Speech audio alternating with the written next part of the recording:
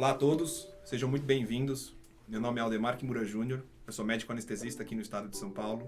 Fui convidado hoje pelo pessoal da Dr. Tips para conversar sobre um assunto que é da rotina do anestesiologista e tem ganhado bastante holofotes ultimamente, que é o ato da intubação orotraqueal. Meu objetivo aqui com vocês é discutir um pouco das rotinas de intubação, das condutas, medicações, de como a gente consegue induzir uma intubação segura para o paciente e depois uma breve explanação sobre as diferenças, a gente já sabendo dessa base, no paciente COVID, que é a grande preocupação de todos que vão precisar intubar nesse momento. Quando a gente indica a intubação orotraqueal para um paciente, de um jeito bem simplista e bem resumido, basicamente a gente indica por 2 fatores clínicos, e daí se derivam todas as outras indicações.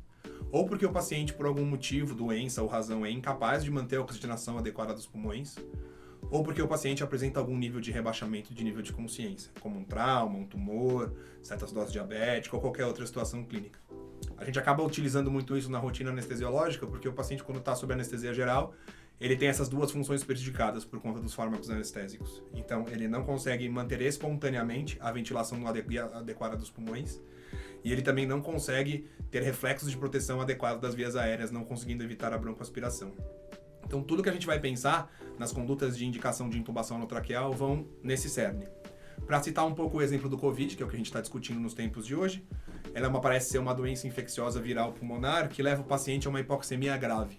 Então, a indicação da intubação seria por hipoxemia e insuficiência respiratória. Sabendo disso, então, a gente vai começar a preparar nossos materiais para intubar o paciente. Então, a primeira e mais fundamental coisa, a intubação ela não é um ato, ela é um processo. Então, nós devemos ter uma equipe multidisciplinar dentro da sala cirúrgica, ou dentro da emergência, ou dentro da enfermaria para fazer isso. Os materiais devem estar todos separados, a enfermagem deve te ajudar, e, nos casos da terapia intensiva, temos a figura do fisioterapeuta, que ajuda bastante a gente também nesse momento, tá? O que a gente vai precisar, basicamente, são os materiais de intubação, então, cânulas de tamanho adequado, geralmente cânulas 7 a 7,5 para mulheres e 7,5 e 8 para homens adultos, tá? Com balonete.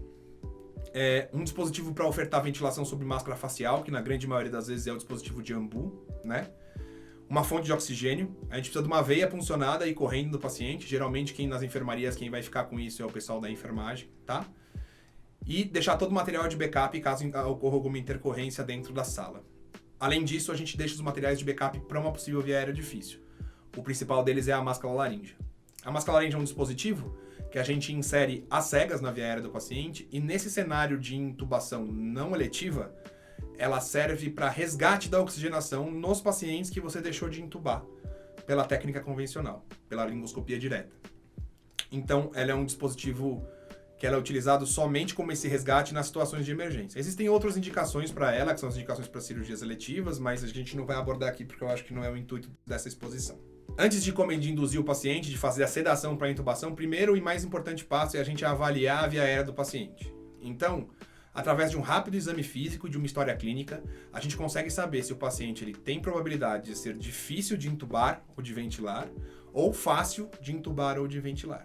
Os critérios mais importantes primeiro, então, são abertura de boca, distância interincisivos, a mobilidade do pescoço do paciente, então você pede para ele mexer o pescoço, tá? Principalmente pacientes mais velhos, geralmente eles cursam com artrose das articulações da coluna cervical, então às vezes eles podem ter uma limitação na movimentação do pescoço. A gente vai ver o índice de Mallampati, tá? A gente vai ver ou não a presença de barba, a gente vai ver a obesidade, calcular o IMC dos nossos pacientes, para saber se ele é difícil ou não de ventilar. E fazer uma avaliação da cavidade oral, ver sobre a condição dos dentes, né? E sobre se a gente tiver alguma doença ou lesão dentro da cavidade oral. Feito isso, a gente vai separar os pacientes em pacientes com provável facilidade para intubação e pacientes com provável dificuldade para intubação.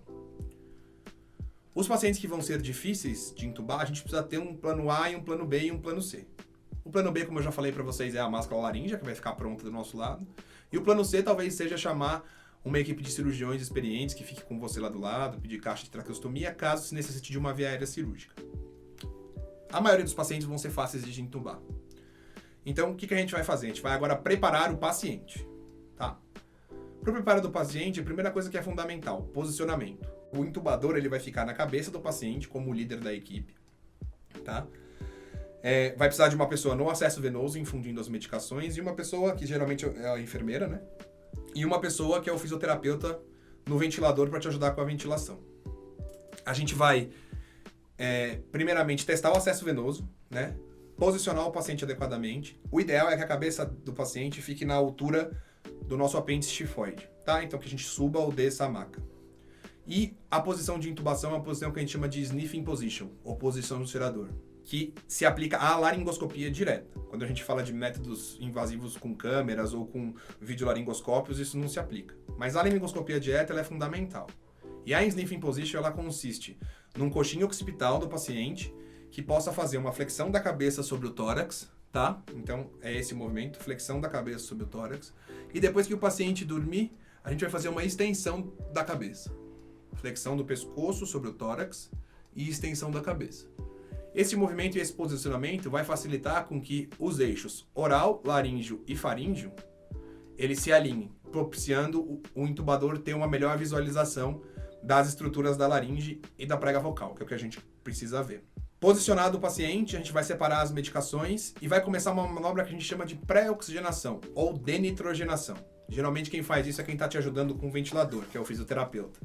Ele vai acoplar uma máscara facial no doente, o mais vedado possível, tá? Com um fluxo de pelo menos 5 a 8 litros por minuto. E aí a gente vai deixar esse paciente respirando dentro dessa máscara com uma bolsa reservatória por pelo menos de 3 a 5 minutos, a depender da urgência da intubação, de quanto tempo o paciente consegue aguentar. Essa manobra visa a troca da FiO2 pulmonar do paciente, de uma capacidade pulmonar chamada capacidade residual funcional, de uma FI de 21% para uma FI de 100%. Com isso, a gente consegue indiretamente aumentar a PaO2, a pressão arterial de oxigênio, e com isso a gente consegue um tempo de apneia prolongado. Visto que os nossos fármacos de sedação e indução, eles vão provocar apneia no paciente. Então, a gente fazendo essa manobra, a gente consegue mais tempo para a gente fazer as manobras de intubação, sem que o paciente apresente desaturação, hipoxemia e todas as complicações desses atos. Quando estiver o paciente adequadamente pré-oxigenado e os materiais todos separados, a gente vai começar a injeção dos fármacos. Tem uma série de fármacos que a gente pode utilizar para poder fazer a sedação e indução do nosso paciente. E a gente injeta eles sempre separadamente, respeitando o tempo de ação de cada um deles, tá? Primeiramente, a primeira medicação que a gente usa é um derivado do opioide, que vai causar analgesia. A intubação anatraqueal ela é um ato bastante incômodo, pois a região da laringe ela é bastante inervada pelo sistema nervoso autonômico. Então a gente precisa garantir hipnose e analgesia para o paciente. O opioide escolhido, a sugestão que é o mais amplo é o fentanil que a gente usa, ele é o mais cardioestável de todos os opioides, e na dose de mais ou menos 1 a 3 ml para um paciente adulto, aí que vai dar 3 microgramas por quilo a depender do peso. Logo após o fentanil, o paciente vai começar a apresentar os efeitos clínicos do opioide, ou seja, ele vai diminuir um pouco o nível de consciência, vai ficar um pouco mais bradipneico, vai precisar ser despertado, né, para continuar respirando, depois de uns 2, 3 minutos. A gente pode fazer uma dose de lidocaína, 1,5 mg por quilo, tá? Que dá mais ou menos de 2 a 3 ml num adulto, a depender do peso. A ideia da lidocaína venosa é diminuir os reflexos de vias aéreas, tá? E a lidocaína que a gente usa, isso é muito importante, é a lidocaína sem vasoconstritor, tá? Isobárica, não pode ser hiperbárica. Após isso, o paciente já está pronto para receber a medicação da hipnose, que aqui a sugestão nas situações de urgência é sempre o etomidato. Pode ser usado propofol, midazolam e outras medicações que vocês estejam acostumados de acordo com a instituição em que vocês trabalhem, tá? Mas a sugestão é o etomidato na dose de 0,3 mg por quilo. Ele é um indutor rápido e ele é o mais cardioestável de todos. Quando você está diante de um paciente que está degringolando clinicamente, talvez o melhor seja optar por fármacos que sejam mais estáveis do ponto de vista cardiovascular. E por último, a gente vai utilizar um bloqueador neuromuscular. Os bloqueadores neuromusculares são medicações que vão agir na junção neuromuscular e vão paralisar, bloquear a transmissão do sistema nervoso para a musculatura estriada esquelética, causando um relaxamento e diminuição de tônus muscular, o que vai facilitar a sua manobra de laringoscopia. Geralmente as medicações mais utilizadas são o rocurônio, na dose de 1,2 mg por quilo, ou a succinilcolina, na dose também de 1,2 mg por quilo, pois são fármacos que têm um tempo de latência muito curto nesta dose e que te permitem uma intubação que a gente chama mais rápida, ou em sequência rápida, que a gente vai discutir daqui a pouco isso como funciona, principalmente quando a gente for falar dos pacientes com Covid. Depois de feita todas as medicações e dado o tempo delas, a gente pode fazer a laringoscopia direta, né? E proceder à intubação orotraqueal do paciente. A confirmação da intubação, ela é feita por 2 métodos. O primeiro método é o método da ausculta, tá? A gente começa auscultando aqui na região epigástrica e depois a gente sobe auscultando os hemitórax como na propedêutica normal, procurando por sinais, né, como sibilos, estertores, etc. E vendo se o murmúrio está presente bilateral, tá? E o padrão ouro para confirmação da intubação orotraqueal é uma curva de capnografia. Na realidade, não uma, mas sim de 3 a 6 curvas. Quando a gente checa a nossa intubação, a gente utiliza um monitor chamado capnógrafo, ou capnografia, que é um monitor que é conectado ao tubo traqueal, e esse monitor ele vai mostrar pra gente uma curva expiratória de como o CO2 é exalado. O valor normal depende de quanto tempo o paciente ficou em apneia ou do metabolismo basal. Depende também se ele está com febre ou algum sinal de hipercatabolismo ou não. Mas um valor que varia aí em torno de 30 a 40, mais ou menos, com a ventilação mecânica já instalada. Capnografia, a onda deve ser quadrada. Qualquer forma na onda, ondas mais achatadas ou rampadas, podem significar outras patologias pulmonares, como broncoespasmo ou obstrução total e parcial do tubo traqueal. O capnógrafo também é um monitor utilizado para outros fins dentro da enfermaria ou da sala de pronto-socorro, como para mensurarmos qualidade de RCP e status hemodinâmico do paciente. Então, capnografias muito baixas com ventilações adequadas significam provavelmente estados de hipofluxo ou outras doenças.